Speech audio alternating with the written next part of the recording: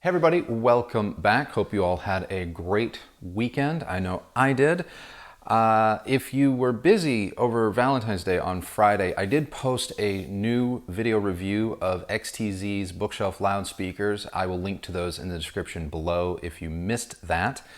Also, I am putting out an article on the website detailing a number of two-channel audio systems under $500 that you can buy right now. So be sure to go over to the website to check that out. I will also link to that in the description below. But that's not what I wanted to talk about today. What I wanted to talk about today was actually a comment left by one of you over the weekend, John Lightfoot. This is kind of a lengthy comment, but I really thought that it was an important one that I wanted to get into. So here we go. I'm going to read John's comment first. Times have changed. I'm not sure it is for the better though. Pre-internet, people who were interested in HiFi bought HiFi magazines. There were several available, but most would only buy one or two. Also, there were very few companies doing mail order, but there were lots more HiFi shops. Someone who wanted speakers would read the magazines over a few months, get a few recommendations, then visit a dealer who would no doubt show and let them listen to several options from which they could choose. Now the same people can just look on YouTube, and I have noticed that when one reviewer does a speaker within a few weeks, they all have done said speaker. I've also noted parity between reviewers, thus turning them into influencers for that brand. This makes the person hunting some speakers believe that the speakers must be the best ever produced, as several reviewers say so, and they go ahead with the internet purchase having never listened to any other options. So could it be that the internet reviewers are taking away the fun of choosing from new HiFi people and guiding them down a path which is not their own? John, this is a great question, and one I'm actually very passionate about because I've lived on both ends of the spectrum, if you will. To your broader point though, to the overarching, I guess, theme of the question, has high-end audio or hi-fi changed over the years? No, it absolutely has not. To get into the weeds with this a little bit, let's start with how it used to be. It used to be that there were a number of print magazines, Audiophile, Absolute Sound, whatever, whichever you look at. Maybe you had them all. I know when I was coming up in the business, even before I was in the business, I had subscriptions to all of those. And I especially loved the Absolute Sound. Then, of course, came the internet. And before YouTube, there were internet publications. Audiophile went online, Absolute Sound went online, but there were also publications that were exclusively available online. But even those online publications largely existed in somewhat of a print mentality. And what I mean by that is they didn't publish like an online blog or online resource should, which is regularly. They often had weekly, if not monthly, schedules. So jumping from print to online, there wasn't a whole lot of difference. So I'm lumping publications, magazines, physical print media in with the early days of online publication because they were really kind of one and the same. Were they different, though, than how we ingest and research products now? No, they really weren't. Because what you may see as only a handful of titles or a handful of properties with a handful of brands, that may be true, but it's just because the market was smaller. And if anything that's changed is that the market has grown. And while we may all talk about the hobby shrinking, maybe in the absolute terms of hi-fi purists, maybe that type of market is shrinking. And maybe that's what you're referring to.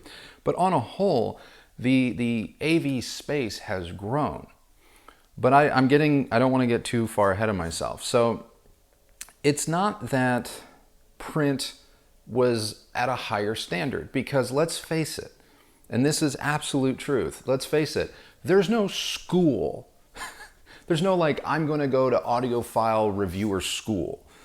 There's no class you can take for this. No one is a quote-unquote trained professional. They become a professional by repetition. They become a professional by simply doing the work. And by over the course of months and years of a career, they amass a wealth of information by firsthand experience, by talking to other people and peers.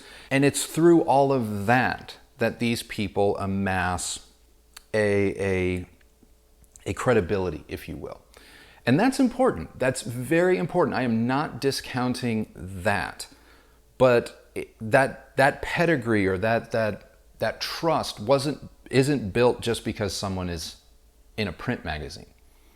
And as for there being more products, yeah, there are more products, but the parity among reviewers, as you put it, there was parity among magazines for years. For years. I can recall when I, wrote for those types of publications very early on,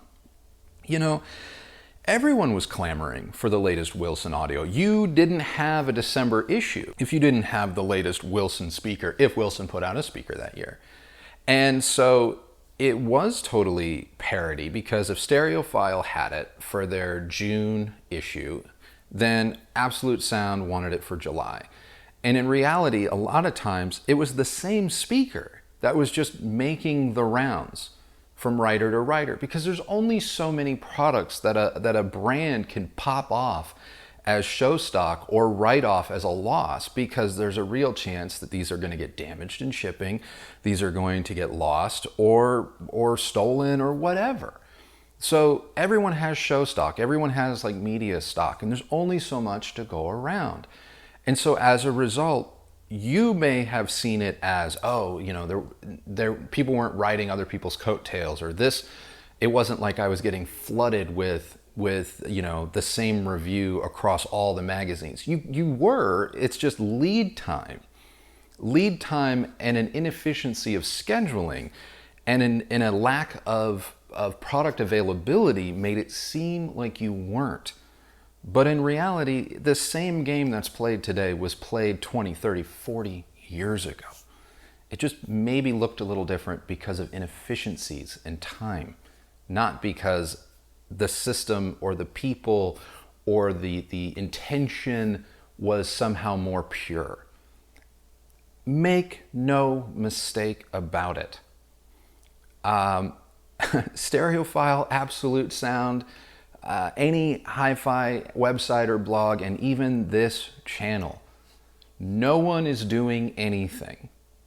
No one is doing anything out of the pure goodness of their heart. Someone wants something, whether that be to sell you a piece of gear or to sell advertising, or in the case of like this channel, I want you to watch. I want you to watch.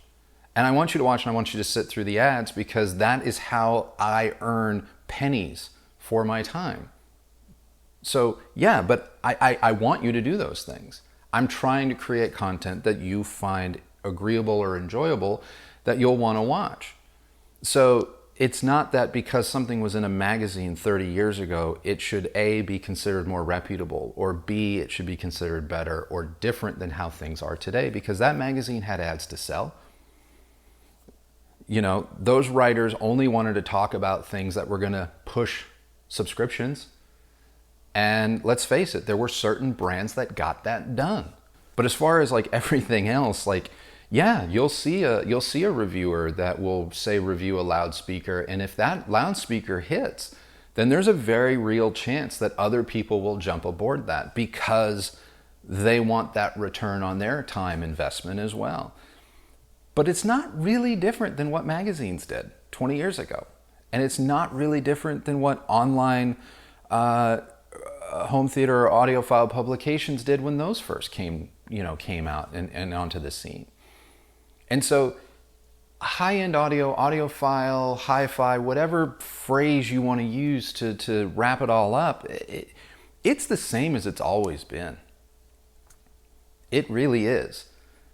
The way in which we get the information may look a little bit different. And, yeah, print is dying. Even online print is dying, because let's face it, do you want to read or do you want to watch something? Yeah, I think that there's definitely an argument or a school of thought here where people that remember the hobby 20, 30 plus years ago, of which I'm on the I'm on the edge of that. I mean, there are definitely people that I know are watching right now and that have been in this industry way longer than I've even been alive. But I do remember print. I do remember getting, Stereophile, Absolute Sound, and all those magazines in the mail. I do, because I was a subscriber. And I loved them, and I kept them. I collected them, and I would go back to them for whatever reason, never owning the product, never knowing that I was never going to own the product. But to say that maybe that collectability is lost, obviously, you can't really collect YouTube videos. But outside of that, to say that they're somehow more credible or better or anything like that, I think is a mistake. I do. I think it's a mistake. Is the barrier to entry less than now? Sure, maybe. But at the same time, don't discount how much work it takes for anyone to create any type of space on YouTube that people continue to come to for information. It's not automatic. It really isn't. It's not automatic. It is the hardest job in this industry that I've ever had. It was easier for me to break into print than it has been to maintain the momentum on this channel.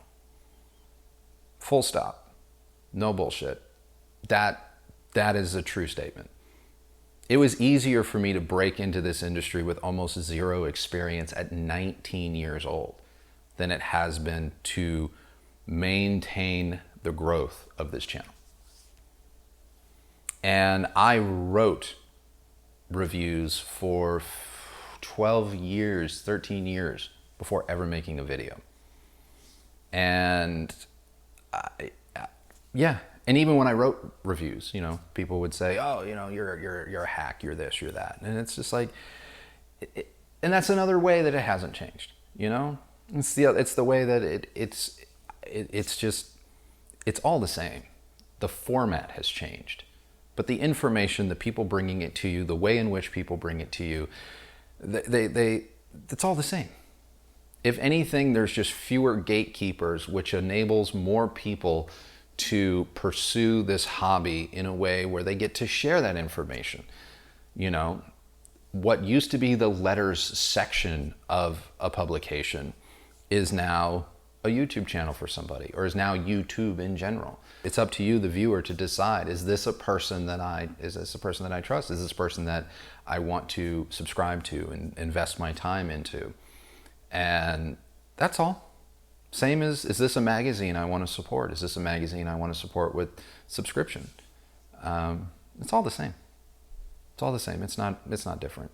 The medium is different, and that's about it. And if anything, the viewer, it hasn't really even changed either.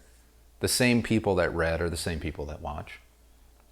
The same people that find fault with the written review are the same people that find fault with these videos. It's really the same. So yeah, that's it. That's what I wanted to talk about today. That comment came through on one of the videos over the weekend. I saw it. I circled it. I'm like, that's a good one. I want to make that one into a video. So that's what we did. That's what we're doing today. So let me know what you guys think. Do you think it's changed? Do you think it's different?